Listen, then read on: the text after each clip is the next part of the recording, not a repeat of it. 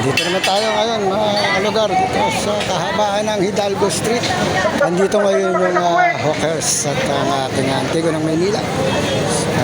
Pangunguna ni Tata Butch Bangkan, ang ating butihing presidente. At kasama natin yung hawkers. Dalawang bakal na, ilabas mo yan natin. Pag-alis namin, ilalabas mo yan, ilalagay mo yan. Hindi. Ay, kung yung dalawang bakal na yun. Ilalabas mo yan, kung yung bakal. Huwag kami turuan, huwag kami turuan. Kung yung dalawang bakal na yan. Ayan, at pinakukuha yung bakal.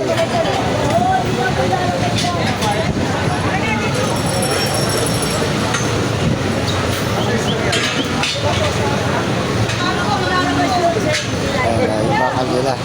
At sa gabal dito, nakagitna eh. Kaya pinapaalis.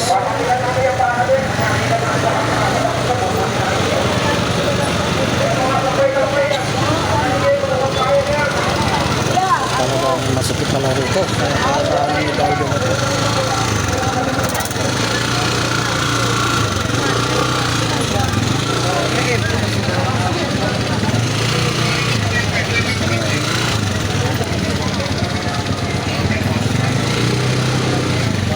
Magkabaan ng Hidalgo.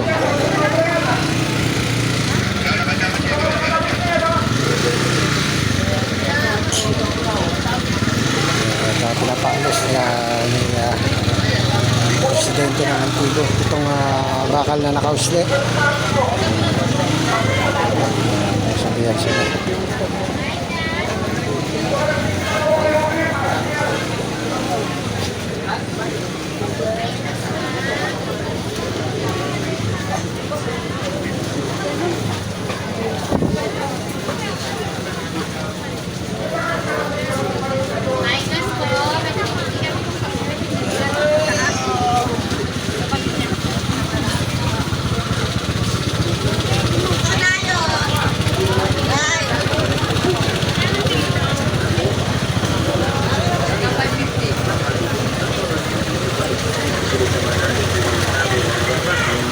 Nakausli, pinapaalis.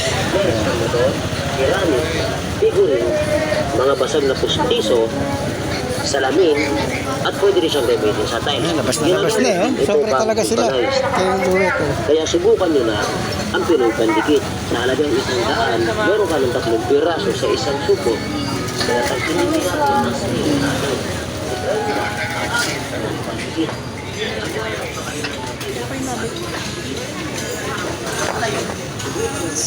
sobra sa guhit yun na nasa labas na lang guhit pinapapasok.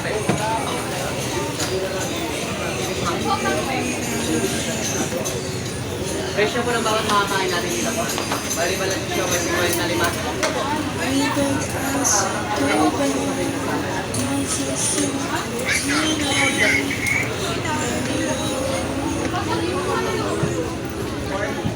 5. Binigyan tayo ng permission ng ating presidente ng Antigua ng Maynila. Walang iba kundi si Tata Bangkan na nag-video ng mga kaganapan ng itong clearing operation ng hawkers at pinagsanib po siya ng Antigua ng Maynila. Ayan yung mga hawkers. Yan, dito tayo.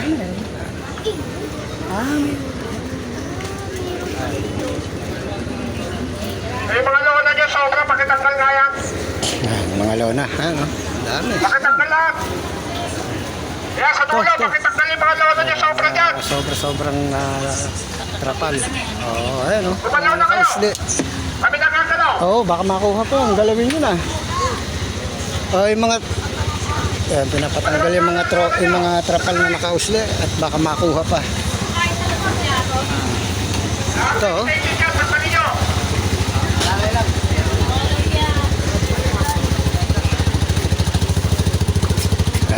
Galaw-galaw, galaw-galaw. Galaw-galaw, galaw-galaw yung mga trapal oh.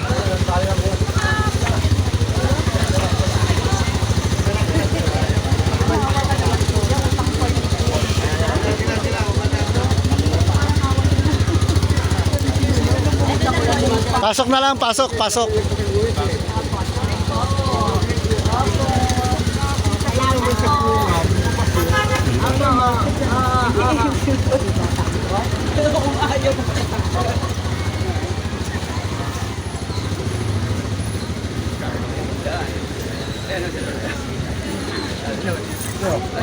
Wala akong brief.